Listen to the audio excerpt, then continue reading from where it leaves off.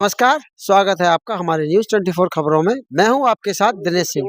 हम मौजूद हैं तिगाँव गाँव में, जहां पूर्व सरपंच जोडला जी, जो उनके दादाजी थे बिशन सिंह जोडला, उनके प्रपौत्र जो है रिंकू जोडला जी, उनके पास आए हुए हैं।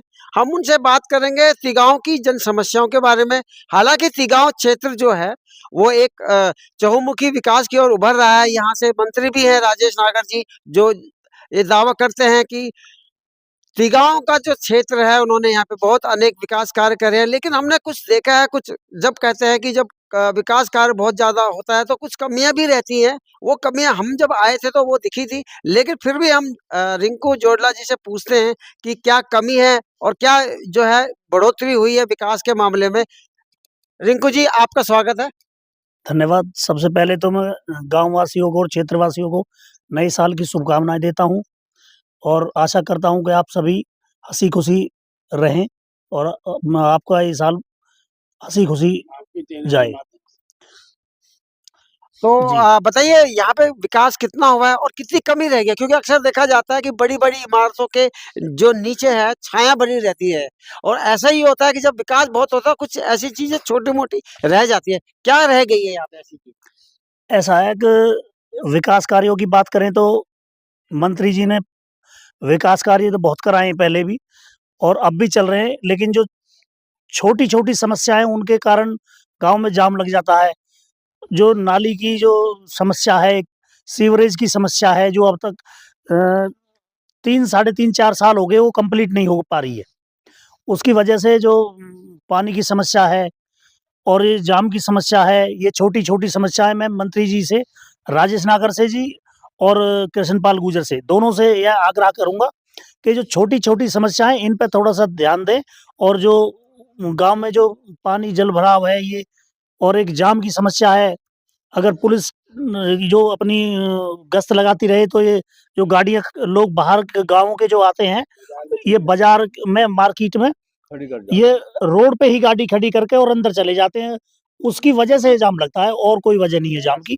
84 गाँव लगते हैं वो तो मंडी भी है, मार्केट भी है और बढ़ोतरी भी हुई है मार्केट और मंडी में दुकानों की और लोग बाहर से सामान लेने जो आते हैं, तो उसकी वजह से जाम लगता है। तो मैं मंत्री जी राजेश नागर जी से भी और कृष्णपाल जी से भी आग्रह करूँगा कि इस पे थोड़ा-सा फ़ोकस दें।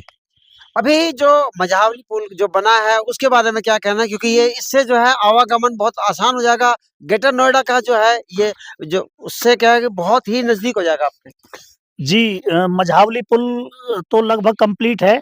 अब यूपी की जो गवर्नमेंट है उसकी तरफ से सड़क का निर्माण होना बाकी है।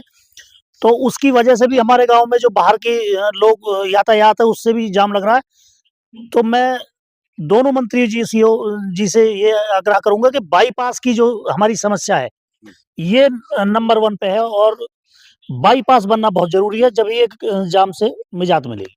और कुछ समस्या ऐसी है जिससे कि तिगाँव के जो ग्रामीण हैं क्योंकि शहर में तो देखा जो अब क्योंकि तिगाँव भी एक विधानसभा क्षेत्र है, शहर भी इसमें बन गया है। पहले तो पूरा ग्रामीण इलाका इलाका था।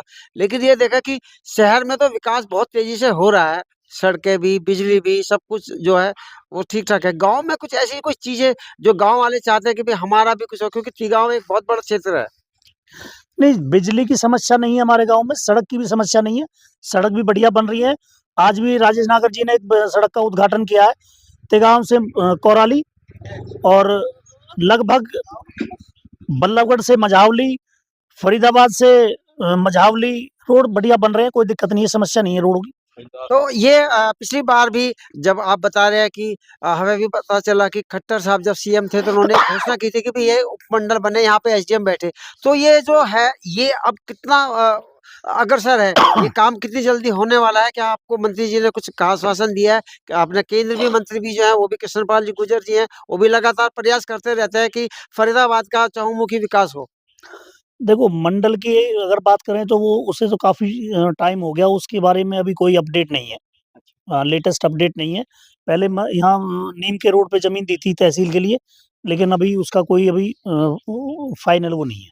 अच्छा, तो आपने इस मामले को लेकर कभी मंत्री जी के पास गए? गाँव के लोग गए क्योंकि जो अगर यहाँ पे उपमंडल बन जाएगा तो गाँव के लोगों को आपको बल्लभगढ़ या जो फरीदाबाद की तहसील है, जी, वहाँ जी। जाने के धक्के नहीं खाने पड़ेंगे, यहीं रजिस्ट्री हो जाया करेगी सब कुछ? नहीं, फिलहाल भी रजिस्ट्री हो रही है, हमारे यहाँ कोई दिक्कत नहीं है। अच्छा। हाँ, आरसी बैठा है, तहसीलदार साहब बैठे हैं, लेकिन जो उसकी बिल्डिंग है वो भी अभी सुनाई आ रहा है कि अभी लेटेस्ट में ही उसकी एक्वायरमेंट होगी और बिल्डिंग का काम चल जाएगा, लेकिन उसे काफ़ी टाइम हो गया अभी।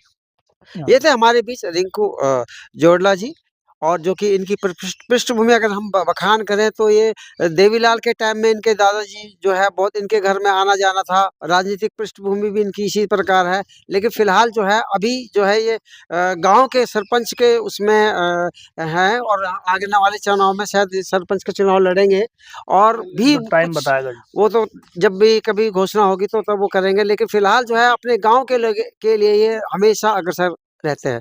अब हम बात करते हैं कालू पहलवान से जो लहडोला के हैं और अंतर्राष्ट्रीय खिलाड़ी रहे हैं। कबड्डी में इन्होंने पाकिस्तान और अफगानिस्तान को उनके घर में जाके धूल चटाई थी और वैसे तो इनसे पहलवानी के बारे में और कबड्डी के बारे में जितना भी पूछे वो अपने अनुभव बताएंगे, साझा करेंगे हमारे बीच।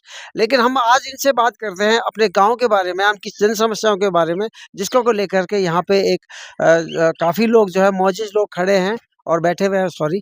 और इनसे बात करते हैं। कालू राम जी, आपका स्वागत है। सबसे पहले सब भाइयों को मेरी राम राम, नई साल की शुभकामनाएं। आपके चैनल के माध्यम से सब खुशी रहें। और जो ये जाम की समस्या है तिगाम गांव में, ये बहुत ज़बरदस्त है। हमारे 84 गांव लगते हैं यहाँ। कोई आदमी बीमार हो जाता है तो उसको लेकर डॉक्टर के नहीं भग सकते हम। इस पे काम होना बहुत ज़रूरी है। मंत्री जी से भी कही है हमने।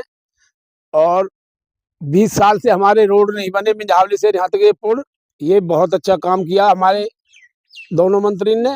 और मैं तो यही कहूँगा कि जो छोटे मोटे काम रह गए जो दिख नहीं रहे हैं, जैसे जाम की समस्या आती गाँव में, कोई बाईपास अधूरा पड़ा तो वो पूरा होना चाहिए। बहुत परेशानी है लोगों को, बाहर के लोगों को। कोई बारात आती हो या कोई बीमार आता हो, यहाँ जाम लग जाता, 2-2 3-3 घंटा लग जाता। और पुलिस प्रशासन की कान पे जू नहीं चलती, वो अपना घूम के यहाँ से चली जाती है। जल भरा, पानी भरा, बुरा ही हाल है वैसे। तो मंत्री राजेश नागर जी के को आप क्या संदेश देना चाहते हैं कि भी हमारे चैनल के माध्यम से? मंत्री जी ने तो बढ़िया ये रोड बनवा दी हमारे, जो 20 साल तक न बने कभी भी। और आज बदरौला का उद्घाटन करके गए, बहुत अच्छा काम करके गए। मैं यही समस्या है, एक तो हमारी तहसील पिछली साल भी मंत्री जी ने इन सबने मिलकर कही खट्टर घोषणा करके आया, जालपुर से यहाँ आ जाएगी। हम बहुत परेशान है, हमारे लोग वहाँ जाने को कोई न सड़क है न कुछ है। उस पर भी काम जल्दी होगा। मैं तो यही कहूँगा कि वो यहाँ पर ये जो जाम की समस्या है ये जरूर सुलह हो। और तहसील की जो है समस्या, तहसील की भी। ये तो हमारे बीच कालू पहलवान और जो कि अंतर्राष्ट्रीय स्तर के कबड्डी खिलाड़ी रहे हैं। और भी हम गाँव वालों से पूछते हैं, आपकी कोई समस्या है तो बताइए। ये जाम की है जी, बस जाम है, बाकी क्योंकि कोई बीमार हो जाए तो समझ लो वो यहीं मर लेगा, हाँ, हॉस्पिटल की जरूरत नहीं है ऐसी उसे। है ना। अच्छा, बहुत बुरा हाल है। ठीक है। अगर आप जाओगे हाँ। तो आप देख लेना क्या जाम है। तुम बोल क्या है? मेरा नाम बिट्टू अधाना। बिट्टू अधाना, ये थे हमारे बीच बिट्टू अधाना जी। बाकी उन लोगों से हमने बात कर ही ली है। मेन समस्या जो है वो सड़क के सीवरेज की और जाम की है, जहाँ तक है, क्योंकि तिगांव में अपने आप एक डेवलप एरिया बन चुका है। जब से राजेश नागर जी मंत्री बने हैं, उससे पहले विधायक भी रहे, तो उन्होंने काफ़ी कुछ जो है अपने क्षेत्र के लिए काम किया। शायद इसी वजह से उन्होंने यहाँ पे जो है जीत दोबारा उनको मिली है। बाकी अब हम यही कहना चाहेंगे राजेश नागर जी से भी और केंद्रीय मंत्री से भी कि जो है जो बड़ी समस्या है तो आपने हल कर दिया, छोटी समस्याओं की तरफ भी आप ध्यान दें। धन्यवाद।